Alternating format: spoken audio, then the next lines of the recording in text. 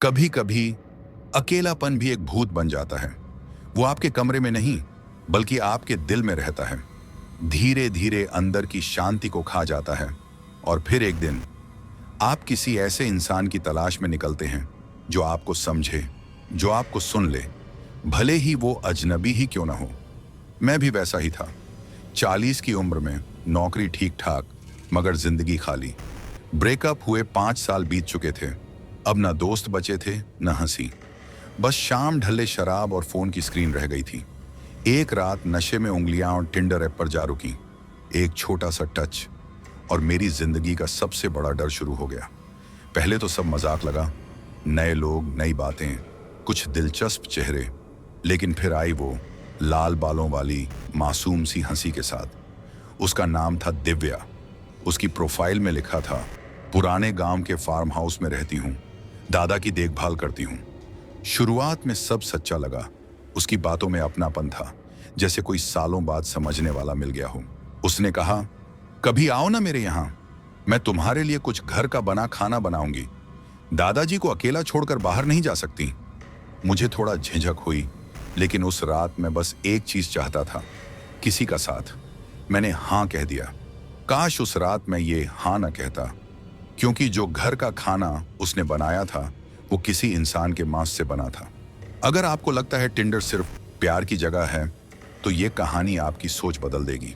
अगर डर से दिल की धड़कनें तेज हो जाएं, तो चैनल को सब्सक्राइब जरूर करें, क्योंकि जो आप आगे सुनने वाले हैं वो सिर्फ कहानी नहीं, एक सच्ची दहशत है। रात के 10 बज चुके थे।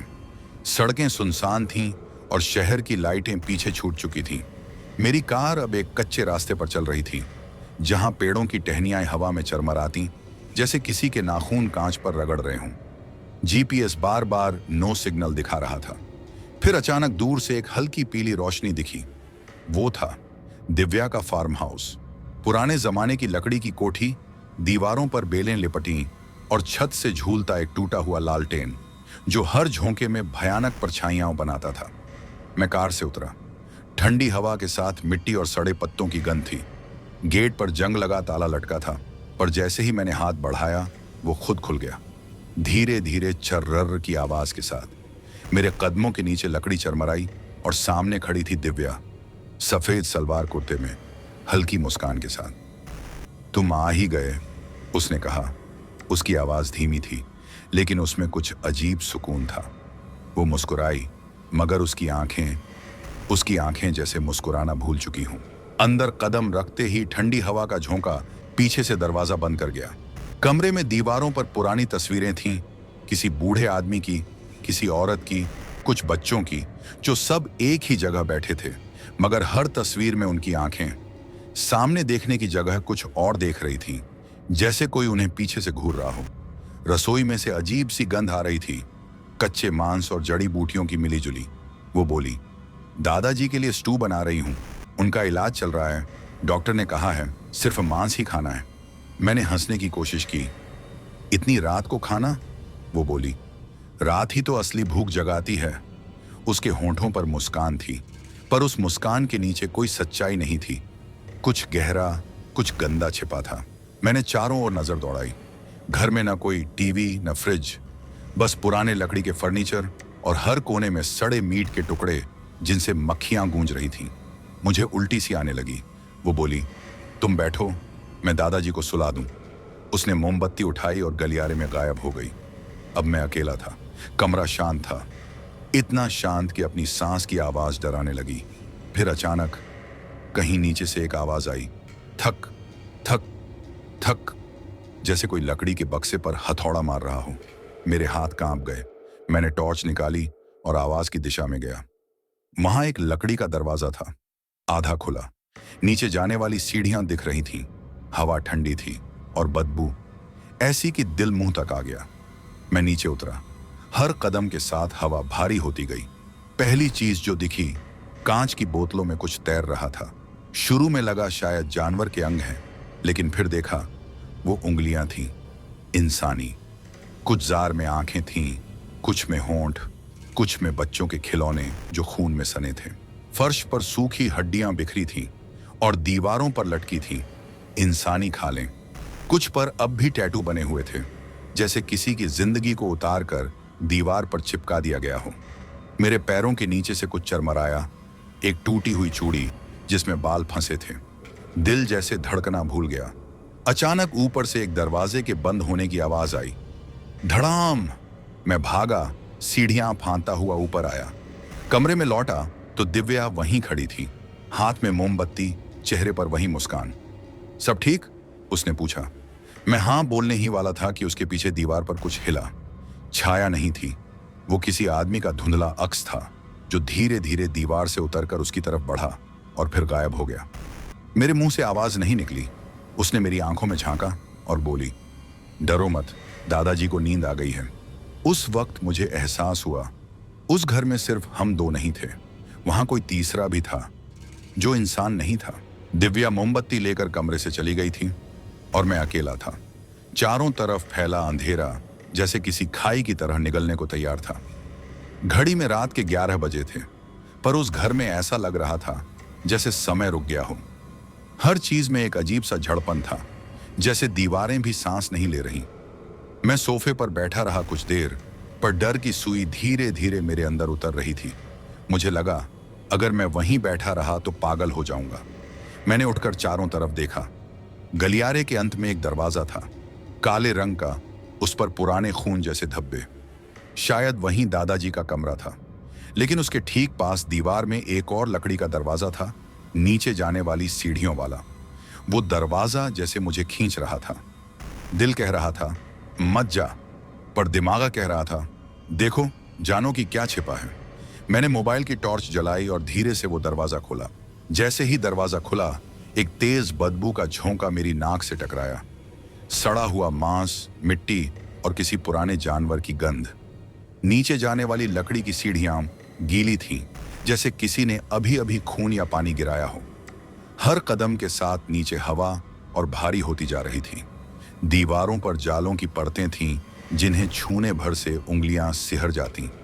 नीचे पहुंचकर जो मैंने देखा उसने मेरी रूह जमा दी। एक बड़ा कमरा था जिसमें चारों तरफ कांच के जारों में कुछ तैर रहा था। पहले लगा शायद जानवर हैं, पर टॉर्च की रोशनी पड़ी तो समझ आया वो इंसान थे। किसी में आंखें, किसी में उंगलियां और एक जार में तो पूरा चेहरा जो सड़ चुका था, मगर उसकी मुस्कान अब भी बनी हुई थी। छत से लोहे के हुक्स लटके थे जिन पर टंगे थे मांस के टुकड़े, कुछ अभी भी गीले। दीवारों पर पुराने अखबार चिपके थे जिनमें लापता लोगों की तस्वीरें छपी थीं। हर तस्वीर पर लाल स्याही से लिखा था मिल गया। मेरा सीना तेजी से उठने लगा, कदम लड़खड़ाए और मैं पीछे हटने लगा। फिर मुझे फर्श पर कुछ दिखा, एक लड़की की बालों वाली छोटी जो आधी सड़ी थी, और उसके पास पड़ा था एक टूटा हुआ मोबाइल जिसकी स्क्रीन पर टिंडर ऐप अब भी खुली थी। अचानक ऊपर से एक आवाज आई, धड़ाम, जैसे कोई दरवाजा जोर से बंद हुआ हो। मेरे गले से चीख नहीं निकली, बस दिल ने अंदर ही अंदर चिल्लाना शुरू कर दिया। मैं टॉर्च लेकर भागा, सीढ़ियां चढ़ते हुए ऊपर आया। सांस फूल रही थी, पसीना ठंडी हवा में जम गया था। जैसे ही ऊपर पहुंचा, वो वहां खड़ी थी, दिव्या। चेहरे पर वही मुस्कान, हाथ में मोमबत्ती और आंखों में ऐसा सन्नाटा जैसे वहां कोई इंसान ही ना हो। सब ठीक? उसने पूछा। मैंने कांपती आवाज में कहा, हाँ, बस नीचे कुछ देखा था। वो बोली, नीचे कोई नहीं जाता, वहां हमारे पुराने मेहमान रहते हैं। उसकी आवाज में अब मिठास नहीं थी। वो हर शब्द पर जोर देकर बोल रही थी जैसे मुझे डराते हुए सुकून मिल रहा हो।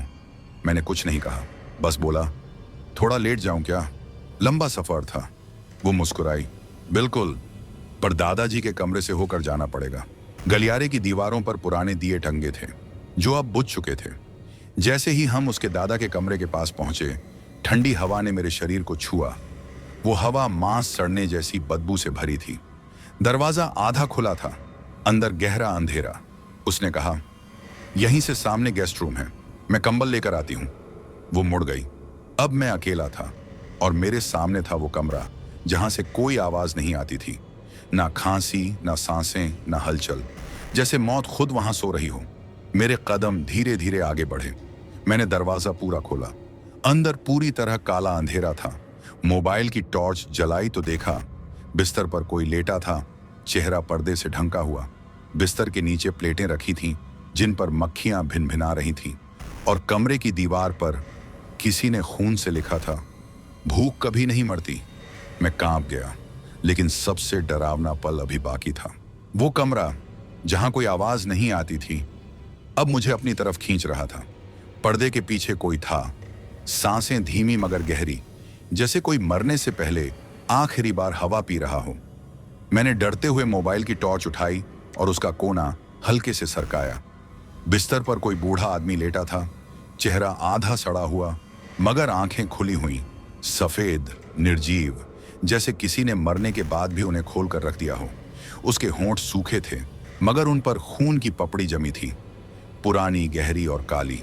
मैंने पीछे हटने की कोशिश की मगर फर्श पर रखा एक बर्तन पैर से टकराया। ठनन आवाज पूरे कमरे में गूंज गई। वो शरीर जरा सा हिला, मेरा खून जैसे जम गया। मैंने टॉर्च की रोशनी बंद कर दी। अंधेरे में उसकी सांसें अब ज्यादा तेज सुनाई देने लगी। फिर एक पल को सब शांत हो गया, इतना शांत कि कानों में सिर्फ दिल की धड़कन थी। और अचानक उसके होंठ हिले, एक फुसफुसाहट सी आई, भाग नहीं पाएगा। मेरी रूह कांप उठी। मैं पीछे मुड़ा और कमरे से बाहर भागा।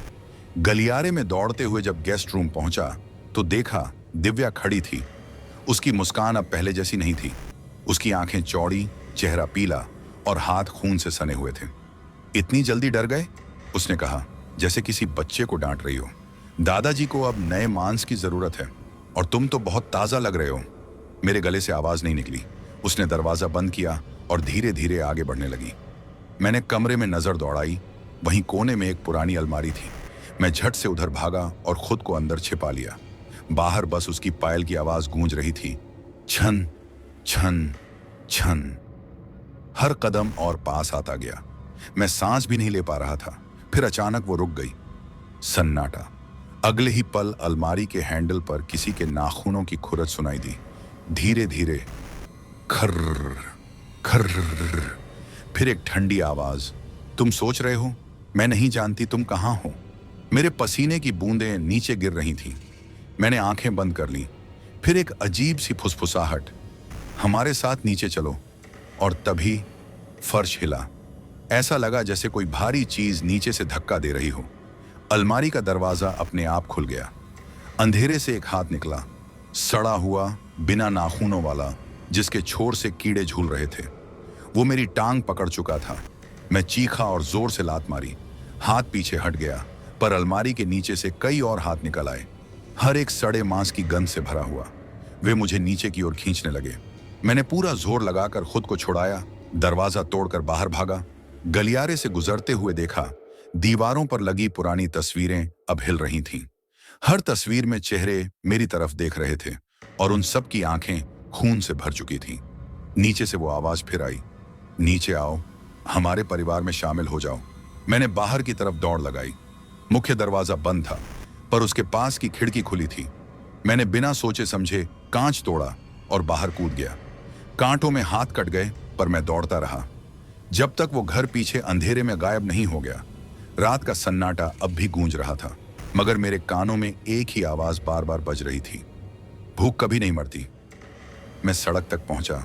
एक ट्रक ड्राइवर ने रुककर पूछा, कहां से आ रहे हो भाई, चेहरे पर इतना खून? मैं कांपते हुए बोला, वो घर इंसानों का नहीं है। ड्राइवर चुप रहा। कुछ दूर जाने के बाद उसने कहा, उस जंगल में अब कोई नहीं रहता।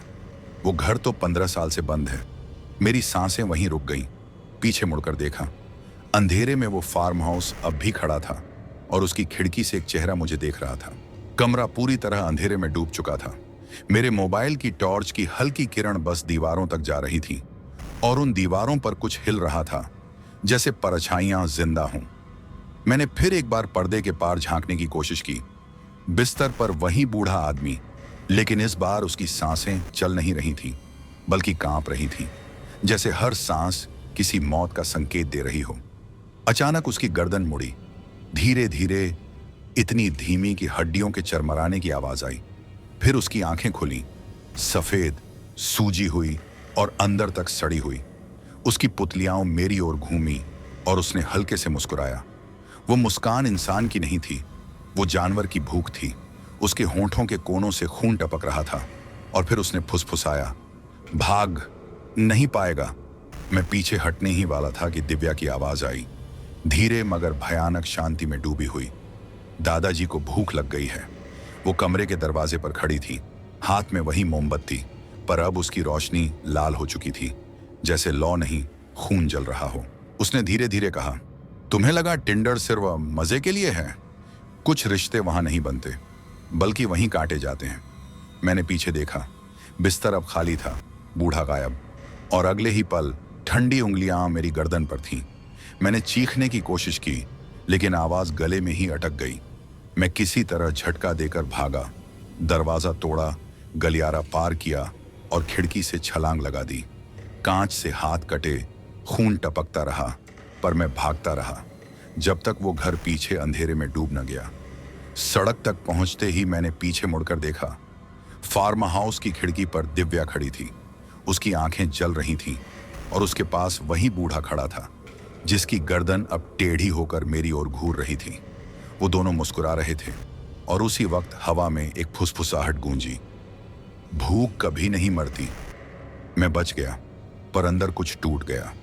आज भी जब टिंडर पर किसी लड़की की मुस्कान देखता हूं, तो वो चेहरा याद आता है, वो फार्म हाउस, वो बदबू और वो नजर जो इंसान की नहीं थी। लेकिन कहानी यहीं खत्म नहीं होती, क्योंकि कुछ हफ्तों बाद मुझे फिर से टिंडर पर एक नया मैच मिला। सिया नाम की लड़की। उसकी बायो में लिखा था, I love capturing real emotions through my camera. और बस यहीं से शुरू होती है अगली दहशत। कभी कभी बुराई मरती नहीं, वो बस अपना रूप बदल लेती है। और अगर आपको लगता है कि टिंडर सिर्फ प्यार ढूंढने की जगह है, तो शायद आपने पार्ट 1 नहीं देखा। वहां एक आदमी था जिसने अपने अकेलेपन में किसी दिव्या नाम की लड़की को डेट किया। वो लड़की रहती थी पुराने जंगल के बीच एक फार्म हाउस में, जहां उसने अपने दादा का जिक्र किया था, जो दरअसल इंसान नहीं, भूख का दूसरा नाम था। वो फार्म हाउस जिसकी दीवारों में इंसानी हड्डियां थीं और जिसकी खिड़कियों से जलती आंखें बाहर झांकती थीं। वो आदमी उस रात भाग तो गया, मगर उस घर की फुसफुसाहट आज भी उसके पीछे चलती है। भूख कभी नहीं मरती। और अब कुछ हफ्तों बाद वही आदमी फिर टिंडर पर लौटा, क्योंकि इंसान डर तो भूल जाता है, मगर अकेलापन कभी नहीं भूलता। इस बार उसकी मुलाकात हुई सिया से, एक खूबसूरत लड़की जिसके प्रोफाइल में लिखा था, I love capturing people when they are not watching. यानी मुझे लोगों की तस्वीरें लेना पसंद है जब वो मुझे देख नहीं रहे होते। शुरू में सब सामान्य लगा, मीठी बातें, हंसी मजाक और फिर एक आम सा डिनर का निमंत्रण। लेकिन हर तस्वीर की तरह इस लड़की की मुस्कान के पीछे भी एक अंधेरा फ्रेम छिपा था। अगर आपने पहला भाग नहीं देखा है तो जाकर जरूर देखिए, टिंडर पार्ट 1, अंधेरे जंगल का फार्म हाउस, क्योंकि आज जो आप सुनने वाले हैं वो उसकी अगली कड़ी है, जहां प्रेम नहीं, कला के नाम पर मौत इंतजार कर रही है। तो तैयार हो जाइए, क्योंकि इस बार टिंडर पर प्यार नहीं, कैमरे में कैद चीखें मिलने वाली हैं। अगर आपको डर और सस्पेंस पसंद है तो चैनल को सब्सक्राइब जरूर करें, क्योंकि आज जो कहानी शुरू होने जा रही है वो आपके कमरे की रोशनी बुझा देगी। कहते हैं तस्वीरें कभी झूठ नहीं बोलती, लेकिन कोई ये नहीं बताता कि कुछ तस्वीरें मरने के बाद भी जिंदा रहती हैं। मैंने टिंडर पर सिया को तब मिला जब मुझे लगा अब जिंदगी फिर से सामान्य हो रही है। मैं पिछले कुछ हफ्तों से उस फार्म हाउस की यादें भूलने की कोशिश कर रहा था, पर हर रात नींद खुलने पर वही चेहरा दिखता, वो बूढ़ा जिसकी गर्दन पीछे मुड़ी थी, वो दिव्या जिसकी मुस्कान खून से भी गहरी थी। कभी कभी लगता कि शायद ये सब सपना था, पर हर सुबह जब आईने में अपने कटे हुए हाथों के निशान देखता तो यकीन हो जाता वो कोई सपना नहीं था, वो हकीकत का डर था। एक दिन अचानक टिंडर पर एक नया मैच मिला, सिया नाम की लड़की। उसकी प्रोफाइल तस्वीर में वो कैमरा पकड़े खड़ी थी, बाल बिखरे, आंखों में रहस्य, बायो में सिर्फ एक line, I love capturing real emotions. मुझे नहीं पता क्यों, पर उसकी तस्वीर में कुछ ऐसा था जो खींचता था। वो आंखें जैसे कैमरे के आर पार देख सकती हूँ, हमारी चैट शुरू हुई। शब्दों में नरमी थी, वो बातों में दिलचस्प थी, और सबसे अजीब, उसने मुझसे मेरे डर के बारे में पूछा। तुम्हें सबसे ज्यादा डर किस चीज से लगता है? मैंने हंसते हुए लिखा, तस्वीरों से, जो देखने के बाद भी पीछा नहीं छोड़ती। वो टाइप कर रही थी, फिर जवाब आया, फिर तो तुम्हें मेरी फोटोग्राफी जरूर पसंद आएगी। कुछ दिनों बाद उसने कहा, मैं तुम्हें डिनर पर बुलाना चाहती हूँ, अपने कुछ नए फोटोज दिखाने हैं। मैं झिझका, पर फिर सोचा, हर किसी पर शक तो नहीं किया जा सकता, और शायद अब समय था डर को पीछे छोड़ने का। उसका घर शहर के बाहर था, एक पुरानी इमारत जिसके सामने सूखे पेड़ और टूटा हुआ name plate. S Kapoor photography. अंदर घुसते ही ठंडी हवा ने मेरा स्वागत किया। दीवारों पर हर तरफ फ्रेम थे, काले सफेद तस्वीरों के फ्रेम, और हर तस्वीर में लोगों के चेहरे। कोई हंस रहा था, कोई सोच में था, पर एक बात कॉमन थी, किसी की भी नजर कैमरे की तरफ नहीं थी। सब ऐसे दिख रहे थे जैसे किसी ने उन्हें चुपके से देखा हो। मैंने हौले से पूछा, ये सब तुम्हारे मॉडल हैं? वो मुस्कुराई, नहीं, ये सब असली लोग हैं। मैंने हंसते हुए कहा, मतलब ऐसे ही, बिना बताए? उसकी मुस्कान ठंडी हो गई। असल एहसास तब आता है जब लोग जानते ही नहीं कि कोई उन्हें देख रहा है। उसके शब्दों ने कमरे की हवा को और ठंडा कर दिया। मेरे कदम खुद ब खुद पीछे हटे। वो बोली, आओ, मैं तुम्हें अपना मास्टरपीस दिखाती हूँ। हम एक छोटे गलियारे से गुजरे। अंत में एक दरवाजा था जिस पर ताले के निशान थे, पर ताला नहीं था, जैसे किसी ने जानबूझकर हटा दिया हो। जैसे ही दरवाजा खुला, एक सड़ी हुई बदबू ने मुंह पर वार किया। कमरा अंधेरे में था, बस एक पुरानी लाल बल्ब की रोशनी झिलमिला रही थी। बीच में एक कुर्सी थी और उस पर कोई बैठा था। पहले तो लगा कोई मूर्ति है, पर जब पास गया तो देखा वो औरत जिंदा नहीं थी। उसकी त्वचा नीली पड़ चुकी थी और चेहरा सख्त मुस्कान में जड़ा हुआ था। आंखें खुली हुई और होंठों के बीच से कीड़े गिर रहे थे। मैंने कांपते हुए पूछा, ये कौन है? सिया ने धीरे से कहा, मेरी सबसे सुंदर तस्वीर। वो झुकी और उस औरत के बालों में हाथ फेरते हुए बोली, देखो, डर के पल को कैद करना ही असली कला है। मेरे पैरों के नीचे से जमीन खिसक गई। उसके कैमरे की लाल लाइट अब मेरी ओर घूम चुकी थी। उसने कहा, अब तुम्हारी बारी है। कमरा अचानक अंधेरे में डूब गया। सिर्फ कैमरे की क्लिक क्लिक क्लिक की आवाज आ रही थी। हर क्लिक के साथ एक फ्लैश चमकता और मुझे महसूस हुआ कोई मेरे पीछे खड़ा है। सांसें किसी और की थीं, ठंडी, सड़ी हुई और इंसान जैसी नहीं। रात फिर वही थी, बादलों से घिरी, चांद गायब, और हवा में वो गंध, वही सड़ी हुई जिसे मैंने महीनों पहले महसूस किया था। लेकिन इस बार मैं भाग नहीं रहा था। इस बार मैं वापस आया था, उस फार्म हाउस में जहां यह सब शुरू हुआ था। पुलिस ने केस बंद कर दिया था। कहा, कोई सबूत नहीं मिला, पर मुझे सबूत चाहिए था, क्योंकि हर रात मैं वही सपना देखता था। कैमरे की फ्लैश, लाल रोशनी और दिव्या की मुस्कान। उस रात मैं अकेला नहीं था। मेरे हाथ में था एक कैमरा, वही कैमरा जो सिया के घर से मिला था। मैंने सोचा शायद इससे कुछ मिलेगा, पर जैसे ही मैंने उसका लेंस खोला, एक ठंडी हवा मेरे चेहरे से टकराई, और उस पल मुझे लगा जैसे किसी ने मेरे कान में फुसफुसाया, वापस मत आना। घर वैसा ही था, टूटी खिड़कियां, सड़ी लकड़ी और दीवारों पर जले हुए निशान। मैंने कदम अंदर रखे, हर चीज वैसी ही थी, बस एक फर्क था। अब वहां फ्रेम लटके हुए थे। सभी तस्वीरें सिया की थीं, पर उनमें चेहरे बदल चुके थे। हर तस्वीर में एक नया चेहरा जुड़ गया था, वो चेहरा जो हाल ही में गायब हुए लोगों का था। शहर के अखबारों में जिनके नाम देखे थे, वे सब अब यहां दीवारों पर कला बने थे। फिर मुझे वो तस्वीर दिखी, मेरा चेहरा जो सिया ने लिया था। वो अब दीवार के बीचों बीच टंगी थी और उसके नीचे खून से लिखा था, वो लौट आया। अचानक पीछे से आवाज आई, इतनी जल्दी याद आ गई हमें? मैंने पलट कर देखा, वो खड़ी थी, वही लाल बाल, वही मुस्कान, लेकिन अब उसकी आंखें पूरी तरह सफेद थीं। कहना पड़ा कि भूख कभी नहीं मरती। उसकी आवाज में अब दो स्वर थे, एक औरत का और एक मर्द का। वो धीरे धीरे आगे बढ़ी। सिया और दिव्या कभी दो नहीं थी, वो बस एक रूप था, एक छाया जो अकेलेपन को सूंघती है और फिर उसे खा जाती है।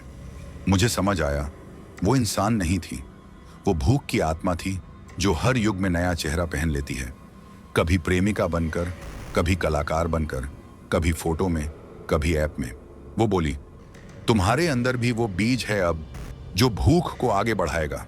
मैंने चिल्लाते हुए कहा, नहीं, मैं इंसान हूं। वो हंसी, इंसान? इंसान वो होता है जिसे डर लगे। तुम तो अब खुद डर हो। उसने हाथ उठाया, कैमरा अपने आप चालू हो गया, फ्लैश चमका और अगले ही पल मैं कुछ देख नहीं पाया। जब मुझे होश आया, मैं उसी कुर्सी पर बैठा था जहां सिया बैठी थी। सामने कैमरा चालू था और दीवार पर मेरी तस्वीर लटक चुकी थी, मुस्कुराती हुई मगर बिना आंखों के। अब वो घर खाली नहीं है, वो फिर जिंदा है। कभी कभी टिंडर पर एक नया प्रोफाइल दिखता है, नाम दिव्या एस और बायो में सिर्फ एक line, I love capturing real souls. लोग अब भी उससे मैच करते हैं। कोई ना कोई हर हफ्ते गायब हो जाता है। पुलिस कहती है ये लापता केस है, पर मैं जानता हूं वो सब अब दीवारों पर हैं। कुछ रिश्ते ऐप पर नहीं, अंधेरे में बनते हैं, जहां प्रोफाइल तस्वीर नहीं, आपकी रूह अपलोड होती है। अगर कहानी ने आपकी रूह तक दस्तक दी है तो चैनल को सब्सक्राइब करें, क्योंकि इस टिंडर श्रृंखला का अंत यही नहीं होता। कभी कभी डर मरता नहीं, वो बस अगला शिकार ढूंढने निकल पड़ता है।